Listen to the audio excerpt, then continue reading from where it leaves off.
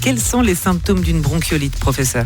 Ce virus circule également donc chez les adultes et peut faire simplement un peu un nez qui coule, très peu de symptômes, peut-être une petite toux, alors qu'en revanche, chez les nouveau-nés ou chez les enfants jusqu'à l'âge de 2 ans, ça peut être des infections sévères puisque les bronches sont plus petites et qu'elles se bouchent plus facilement par le mucus qui est créé. Et donc, on aura facilement une augmentation de la fréquence respiratoire, donc le nombre de respirations par minute est largement augmenté. On verra ce qu'on appelle des signes de tirage, c'est-à-dire l'utilisation de muscles pour mieux respirer, comme simplement les ailes du nez qui peuvent battre, comme une rétraction entre les côtes ou bien le ventre qui bouge beaucoup plus à chaque inspiration. Sifflement ou bien d'autres bruits, principalement à l'expirium, l'enfant cherche à bloquer un tout petit peu sa respiration pour bien garder ses poumons ouverts et ça fait un gênement comme ça un peu expiratoire qui est effectivement un signe de gravité. C'est donc à ce moment-là qu'il faut s'inquiéter ? Oui, absolument, c'est-à-dire que le corps met en action des mécanismes de compensation pour mieux respirer, pour mieux faire rentrer l'air.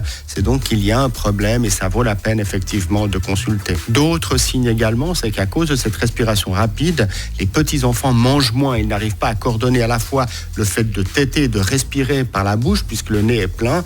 Et donc, un autre élément pour s'inquiéter, c'est si l'enfant ne prend pas 50% de ses quantités habituelles. Est-ce qu'on peut éviter une bronchiolite ? Alors, il est très difficile, n'est-ce pas ? On ne peut pas isoler les enfants de leurs parents, on ne peut pas isoler les enfants les uns des autres.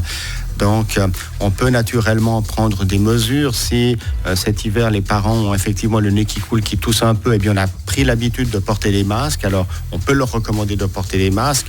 Ce virus se transmet aussi par les mains. Et donc, se laver les mains reste des mesures d'hygiène communes qu'on peut tout à fait appliquer pour éviter de transmettre ce virus.